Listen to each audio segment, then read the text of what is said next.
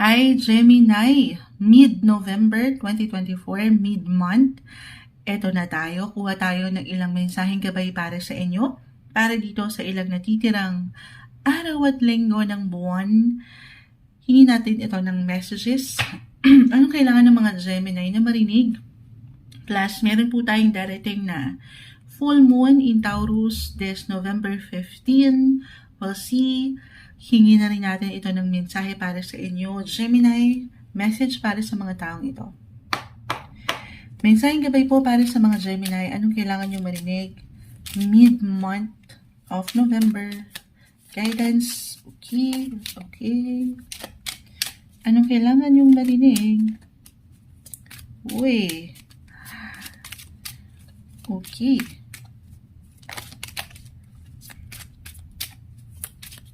So, yan yung gustong-gusto natin. Yung tumatalon tayo po ay live na live. Sa ating YT, babalikan ko po kayo. May gustong sumama dito. After nito, Gemini, mid-November. Add pa tayo. Anong kailangan yung marinig? Mid-month of November, Gemini. Sa taong maaaring makapakinig nito, okay. Isa-isayin natin. The Eight of Pentacles ay narito. The Page of Swords na napakasipag sa live natin. Ngayon, kanina pa siya umaangat din. The Empress, the Knight of Cups. The Strength card. The Knight of Swords. The Knight of Pentacles and the Lovers. This one is in reverse. Okay. Regardless po, kahit pa man minsan ay nakakakuha tayo ng reverse na baraha, nakabaliktad sila, hindi naman po ibig sabihin nito agad ay hindi na siya okay. Meron lang po itong kalakip na mensahe. Mensaheng gabay lamang po, huwag kailangan laliman. Okay. Ano na yan, Moonchild?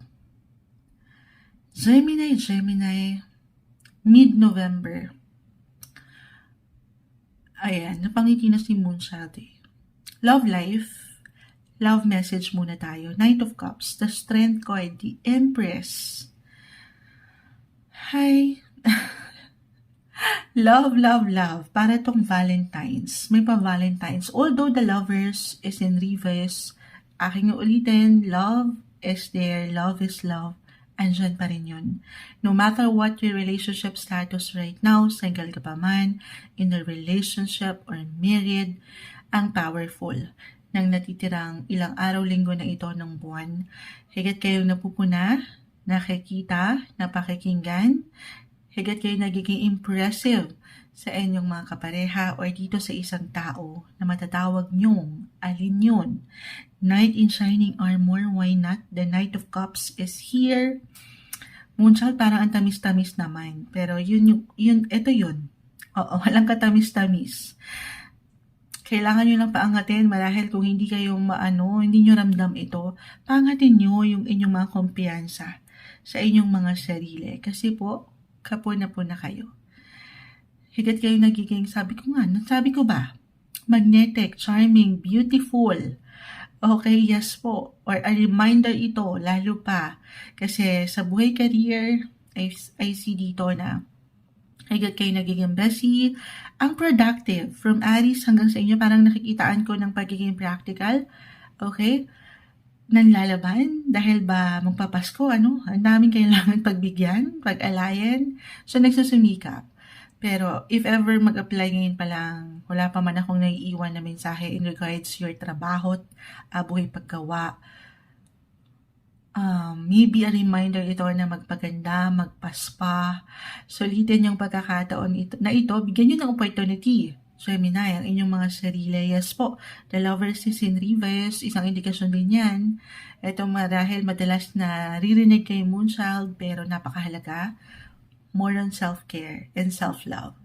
Okay, kung patuloy kayong gumagalaw, naghahanap ng progreso para sa resulta, okay, nag-iinit, the Knight of Swords, may pagkasobra pa nga, focus, yung inyong determination and yung investment sa inyong ginagawa o sa relasyong ito, deserve yung kayo. Okay?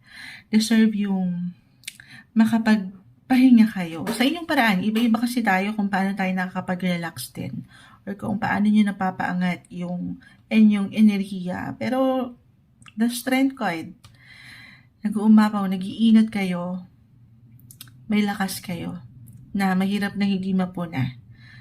Okay? Hi! Eto lang tayo. Eto na tayo. Buhay, relasyon, life in general message tayo. Gemini. Hindi ko tatamisan para sa ilan kasi dahil nga the Empress, umaangat yung inyong mga personalidad. Kung paano nyo dinadala ang inyong sarili, maparelasyon, trabaho, napupuna. Higit kayo nagiging magnetic. Tapos, ito nga tayo, saan to muncha? Why I feel na merong ilang challenge or merong may parang or nagiging challenging yung pakiramdam. Reversal yung energy. So, kung hindi ito mag-apply sa inyo mismo, maaaring ito po ay sa ilang tao sa inyong paligid, workmates, or alam niyo yun, ilang tao sa paligid na hindi ganon kaganda. Anong hindi ganon kaganda mo dyan?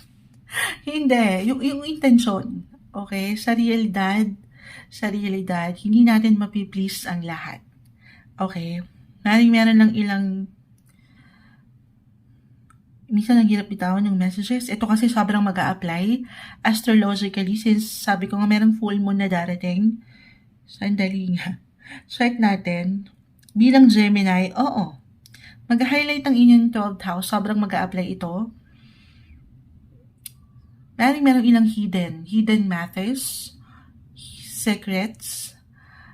Dalawa lang ito. It could be positive or negative po. Secret lover or secret someone na nai-impress na sa inyo sa trabaho man. It could be your boss or workmates, teammates. Pero yung negative, iba-iba kasi yung atake ng tao eh. Iba-iba yung pwede nilang iwan sa'yo. Iba-iba tayo. Yun yung reality.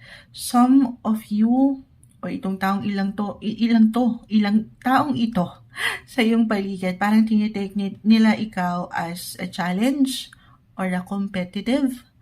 Umaangat yung parang nagiging challenging ka. Ang ganda mo kasi. Nakikita yung kagalingan mo, yung kakisigan mo.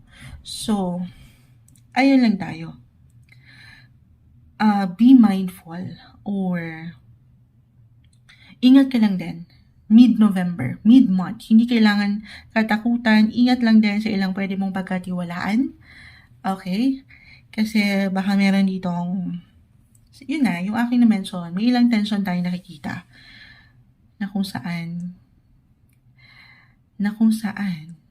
mas magaling ka kasi. Parang umaangat yung kagalingan or ikaw yung napupuna sa inyong trabaho, halimbawa lamang.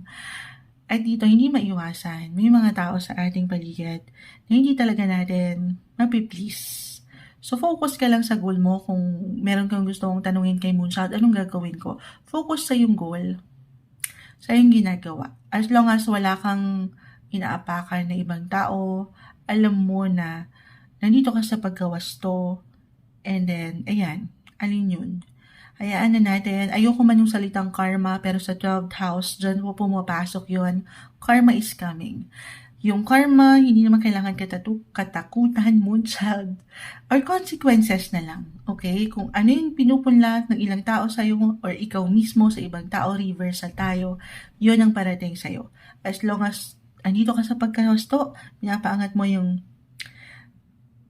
kagandahan, kakisigan, kagalingan mo sa yung ginagawa sa kapareha, wala kang dapat ikabahala. Then good karma, positive, lalo kang lalakas, lalo kang mag-level up. Okay? Yan lamang po ay para sa ilan. Hi! Minsan ang hirap iparating ng ilang messages, may hugot pa rin, Gemini. Huling mensahe ko lalo pa, andito po yung pagka-busy, productivity. Na-mention ko na, more on self-care, self-love. Pakiramdaman din po ang inyong nararamdaman. Physically, mentally, emotionally. Take care of your health. Hindi po isang medical advisor ang Moonchild. Mental health man ito or physical health, pangalagaan mo rin ang ikaw. Huwag kang magpa-apekto sa ilang stress na hindi madali kasi maraming stress sa buhay, trabaho, relasyon, pero alalay lang. Aking ulitin, umaangat ka. Okay? Merong nai-impress sa'yo. Hindi nasasayang yung bawat efforts mo na inilalabas, ibinabahagi or sinishare sa ibang tao, relasyon, trabaho. Ito yung umaangat mid-month of November 2024 para sa inyo, Gemini.